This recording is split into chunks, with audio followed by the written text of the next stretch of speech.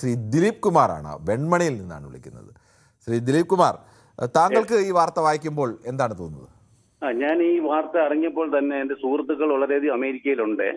ശരി, ഞാൻ അവരെ വിളിച്ചതിനെ പറ്റി സംസാരിച്ചപ്പോൾ അവരുടെ ഒരു അഭിപ്രായം, അവിടെ ഈ ട്രംപിന്റെ രണ്ടാം വരവോടുകൂടി അവിടുത്തെ ജനജീവിതം വളരെ, ഒരു മിഡിൽ ക്ലാസ് ആളുകൾ ഏകദേശം വളരെ പരാജയമാണ് അവിടെ ജീവിതം.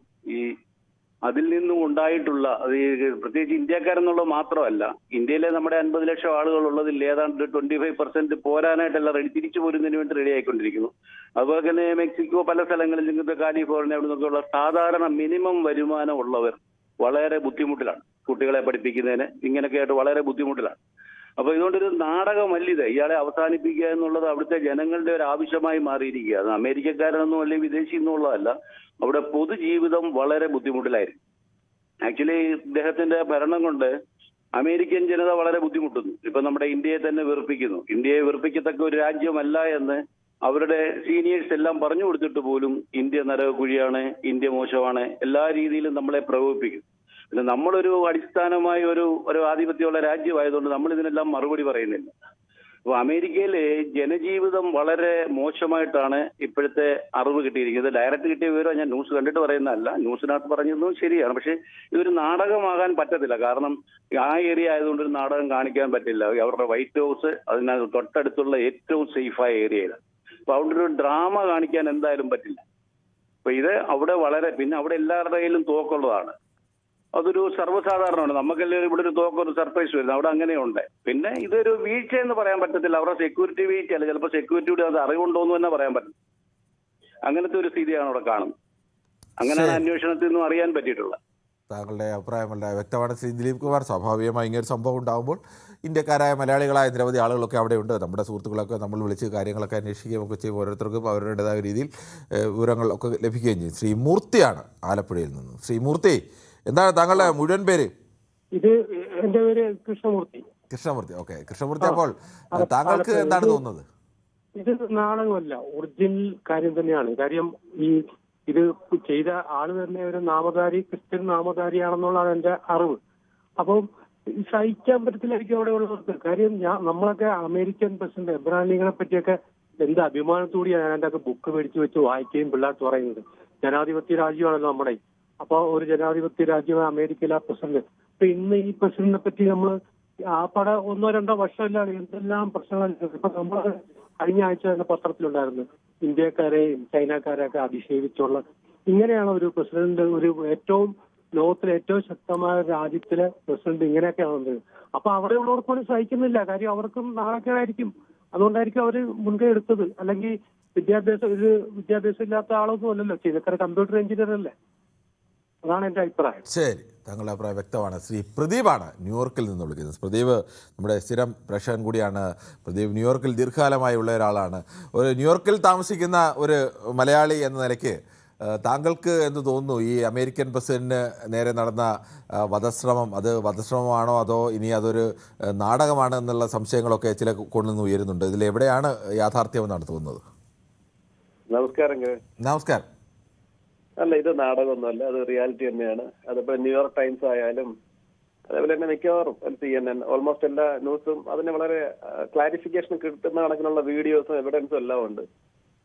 ചെയ്ത കക്ഷി എനിക്ക് തോന്നുന്നു പെൻസിൽവാനിയയിൽ, അങ്ങനെ എന്താണെന്ന് തോന്നുന്നു, പെൻസിൽവാനിയയിൽ നിന്ന് വന്നിട്ട് ഹോട്ടലിൽ അതൊരു മാധ്യമപ്രവർത്തകരുടെ ടീംസിന്റെ കൂടെ ഉണ്ടായിരുന്നതാണ്. അപ്പൊ ഏതൊരു രാജ്യത്തും അത്തരം വീഴ്ചകൾ ഉണ്ടാവും, സെക്യൂരിറ്റി വീഴ്ചകൾ വരും, സ്വാഭാവികമാണ്. പ്രത്യേകിച്ച് 3000-ഓളം ലൈസൻസ്ഡായിട്ടും അതേപോലെ പ്രസിഡന്റിനെ ഡയറക്റ്റ് മീറ്റ് ചെയ്യാനുള്ള മീഡിയ അവർക്ക് പെർമിഷൻ ഉള്ള സ്ഥിതിക്ക് അതിൽ വരുന്ന സ്വാഭാവികമായിട്ട് സംഭവിക്കുക, അത് വരും. പിന്നെ ട്രംപിന് ഈ പറഞ്ഞ വ്യക്തി ഒരു ഡെമോക്രാറ്റിന്റെ അല്ലേ, അതേ കമലാ ഹാരിസിന് ഫണ്ട് എന്തൊക്കെ കൊടുത്തിട്ടുള്ള ആള്. അതേപോലെ തന്നെ നമ്മുടെ മന്ദാനിക്ക് അദ്ദേഹത്തിന്റെ ഡെമോൺസ്ട്രേഷന് പങ്കെടുത്തിട്ടുള്ളതായിട്ടും പറയുന്നുണ്ട്. പിന്നെ ബാക്കി അറിയത്തില്ല.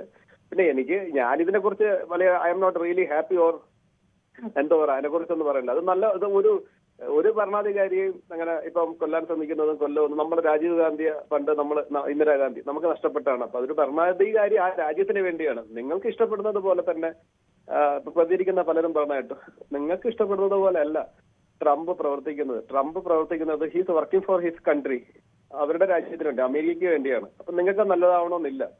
നമ്മള് പ്രധാനമന്ത്രി നമുക്ക് വേണ്ടി ചെയ്യുമ്പോൾ നമുക്ക് അത് മറ്റു രാജ്യത്ത് നല്ലതാവണമെന്നില്ല. സോ അതാണ് ഇവിടെ സംഭവിക്കുന്നത്. ഇപ്പൊ ലോകത്തെ എല്ലാ രാജ്യങ്ങളുടെ ശ്രീ പ്രദീപ്, അത് പിന്നെ ആരും കൊല്ലണം എന്ന് ചില ആളുകളൊക്കെ പറഞ്ഞത് ട്രംപിനെ കൊന്നാൽ പോലും ആളുകൾക്ക് സന്തോഷമുണ്ടാവുമെന്നൊക്കെ പറഞ്ഞെങ്കിലും അവരെ ആ ഒരു അർത്ഥത്തിൽ പറഞ്ഞാൽ അത് നമ്മളവിടെ തിരുത്തുകയും ചെയ്തിരുന്നു.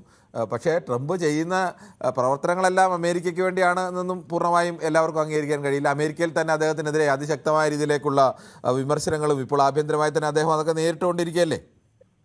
ആഭ്യന്തരമായി അവർക്ക് ഉണ്ട് മിസ്റ്റർ കിരൺ. നിങ്ങളുടെ കറസ്പോണ്ടന്റ് തന്നെ ഉണ്ടല്ലോ ഒരാൾ, പുള്ളി പറഞ്ഞില്ല ഇവിടെ ഉണ്ട്. പക്ഷെ ആ ഒരു പെർസെന്റേജ് നമ്മൾ ലോകത്ത് വിചാരിക്കുന്ന പോലത്തെ വളരെ ഹൈ ഒന്നുമല്ല. പിന്നെ ആ ജനങ്ങളുടെ ജീവിത നിലവാരത്തിലെ ശരാശരി മാറ്റം ഞാനിപ്പല്ലേ ചെറിയ ചെറിയ മാറ്റങ്ങൾ വന്നിട്ടുണ്ട്. പക്ഷെ അതെല്ലാം ആ അമേരിക്കൻ ജനങ്ങൾ ഉൾക്കൊള്ളാൻ അത് വില്ലിങ് ആണ്. അവരതൊരു വലിയ വിഷയമല്ല. പക്ഷെ ബേസിക്കലി ലോകത്തില് അമേരിക്കയിൽ ഒരു പ്രസിഡന്റിന് സാധാരണ ഉണ്ടാകുന്ന പോപ്പുലാരിറ്റിയും ഒരു സ്നേഹവും ബഹുമാനമൊന്നും ഇല്ല. പ്രത്യേകിച്ച് ആസ് എ ഇന്ത്യൻ. എനിക്ക് പോലും ഇല്ല. ഞാൻ ആദ്യകാലത്ത് ട്രംപിന്റെ ഒരു ഫാൻ ആയിരുന്നു. കാരണം ഇന്ത്യയോട് അദ്ദേഹം കാണിച്ചിരുന്നത് അങ്ങനെ തന്നെയാണ്. പക്ഷെ ഈ രണ്ടാമത്തെ വരവിൽ ഇന്ത്യയെ ദ്രോഹിക്കുക എന്നുള്ള ഒറ്റ ചിന്താഗതിയിലാണ് ഇറങ്ങിയിട്ടുള്ളത്. ഇന്ത്യ മാത്രമല്ല ലോകത്തെ എല്ലാ രാജ്യങ്ങളുടെയും സാമ്പത്തികമായി തകർക്കുക, ഒപ്പം അവർ അതിൽ നിന്ന് അവരുടെ രാജ്യത്തെ കെട്ടിപ്പടുത്തുക, ഉണ്ടാക്കിയിരിക്കുന്ന $75 മില്യൺ ട്രില്യൺ ഡോളറിന്റെ ലോസ് നഷ്ടം നികത്തുക, ഇതൊക്കെ തന്നെയാണ്. Is A business man. Trump is A business man. അപ്പൊ അതുകൊണ്ട് പ്രത്യേകിച്ച് ഒരു കാര്യം പറയല്ല. പിന്നെ എന്നെ സംബന്ധിച്ചോളം ഈ ട്രംപിന് നമ്മൾ പ്രാധാന്യം കൊടുക്കുന്നേക്കാൾ നല്ലത് ഞാൻ മനസ്സിലാക്കിയെടുത്തോളം നാട്ടിൽ ഒത്തിരി പാമ്പ് ശല്യവും ഒരുപാട് പേര് അത് പ്രശ്നം ഉണ്ടാവണം. അത്തരത്തിലുള്ള ഒരു ചർച്ചയൊക്കെ ആണെങ്കിൽ കുറെ കൂടി ജനങ്ങൾക്ക് യൂസ്ഫുൾ ആവുമെന്ന് വിചാരിക്കുന്നു. പ്രദീപ്, നാട്ടിലെ ആളുകളൊക്കെ അമേരിക്കൻ പ്രസിഡന്റിനെ കുറിച്ചും അമേരിക്കയുടെ പ്രവർത്തനത്തെ കുറിച്ചും ഒക്കെ നാട്ടിലെ പാമ്പിനേക്കാൾ കൂടുതൽ ചർച്ച ചെയ്യുന്ന ആളുകൾ ഒക്കെ ഉള്ള, അങ്ങനെ ലോകത്തിൻ്റെ രാഷ്ട്രീയ മാറ്റങ്ങളൊക്കെ മലയാളിയെ സംബന്ധിച്ച് വലിയ വിഷയമായി ചർച്ച ചെയ്യുന്ന ആളുകളാണ്. അതുകൊണ്ട് അത് ചർച്ച ചെയ്യരുതെന്നൊക്കെ പറഞ്ഞാൽ കടുപ്പമായി പോകും. അല്ല, ചെയ്യല്ലെന്നല്ല. വിഷപ്പാമ്പുകളെ കുറിച്ച് പൊതുവെ ചർച്ച ചെയ്യുമ്പോൾ സ്വാഭാവികമായിട്ടും നമുക്കിപ്പോൾ വിഷപ്പാമ്പിനെ കുറിച്ച് എന്ത് ചർച്ച ചെയ്യാനാണ്? വിഷപ്പാമ്പിനെ ശ്രദ്ധിക്കുക എന്നുള്ളതിനപ്പുറത്തേക്ക് രണ്ടഭിപ്രായമില്ലല്ലോ. പാമ്പുകൾ നാട്ടിൽ വരുന്ന വിഷപ്പാമ്പുകൾ എന്ന് ഉദ്ദേശിച്ചത് വിഷപ്പാമ്പുകളെ തന്നെയാണെങ്കിൽ അങ്ങനെ ശ്രദ്ധിക്കുക എന്നതിനപ്പുറത്തേക്ക് ഒന്നുമില്ല. പലതരത്തിലുള്ള വിഷപ്പാമ്പുകളുണ്ട്. കിരൺ, പലരുടെയും കണ്ണിൽ ട്രംപ് ഒരു വിഷപ്പാമ്പാണ്. അപ്പൊ ചർച്ച ഇതൊക്കെ നോ പ്രോബ്ലം. ശരി, ഓക്കെ. എന്തായാലും അങ്ങനെയൊക്കെ കാണുന്ന ആളുകളുണ്ട്. ശ്രീ തങ്കച്ചനാണ് കോട്ടയത്ത് നിന്ന്. ശ്രീ തങ്കച്ചൻ, താങ്കൾക്ക് എങ്ങനെയാണ് വിലയിരുത്തുന്നത്? നമസ്കാരം. നമസ്കാരം. എനിക്ക് പറയാനുള്ള സാറേ, ഇതൊരു പുറത്ത് നാടകം തന്നെയാണ്. കാരണം ഈ അമേരിക്കൻ പ്രസിഡന്റിനെ പോലൊരു രാഷ്ട്രത്തലവനെ കൊല്ലണമെങ്കിൽ തീർച്ചയായിട്ടും ഉന്നം പഴിക്കാതെ അദ്ദേഹം ചെയ്തിരിക്കും. പക്ഷേ ഇത് ട്രംപ് നടത്തിയ ഒരു നാടകമാണെന്ന് എനിക്ക് തോന്നുന്നു. കാരണം എന്ന് വെച്ചാൽ ലോകരാഷ്ട്രങ്ങളിൽ ഇപ്പോൾ എല്ലാവർക്കും മനസ്സിലായി ട്രംപിന്റെ സ്വഭാവവും രീതിയും അല്ല.